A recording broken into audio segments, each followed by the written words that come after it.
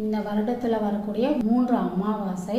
அந்த 3 அமாவாசை மிக சிறப்பு வாய்ந்த அமாவாசையாக கருதப்படுது. அது என்னென்ன அமாவாசை அப்படின்றத நம்ம பார்த்துக்கலாம். முதல் ஆடி அமாவாசை, இரண்டாவதா புரட்டாசி அமாவாசை, மூன்றாவதா மாகாளி அமாவாசை. இந்த 3 அமாவாசைகளுமே பித்ருக்களுக்கு, அதாவது இறந்தவங்களுக்கு ரொம்பவே விசேஷமான நாட்களாக கருதப்படுது. இந்த முதல் அமாவாசைன்னு பார்த்தீங்கன்னா ரொம்ப சிறப்பு வாய்ந்த ஒரு அமாவாசையாக கருதப்படுது. இந்த நேரங்களில் பெரியவங்களுக்கு, இறந்தவங்களுக்கு பார்த்தீங்கன்னா நம்ம தர்ப்பணம் கொடுப்போம். அந்த தர்ப்பணம் கொடுத்துட்டு வீட்டில் படையலிட்டு நம்ம பூஜைகளெல்லாம் முடிச்சுட்டு நம்ம வெளியில் இல்லாதவங்க, அதாவது பெரியவங்க யாராவது இருந்தால் அவங்களுக்கு சாப்பாடோ இல்லை துணிமணியோ உங்களால் முடிஞ்சது நீங்கள் வாங்கி கொடுத்துட்டு உங்கள் குலதெய்வம் கோயிலுக்கு போகிற மாதிரி இருந்தால் அந்த டைமில் நீங்கள் குலதெய்வம் கோயிலுக்கும் போயிட்டு தேங்காய் பழம் மாற்றுவீங்க.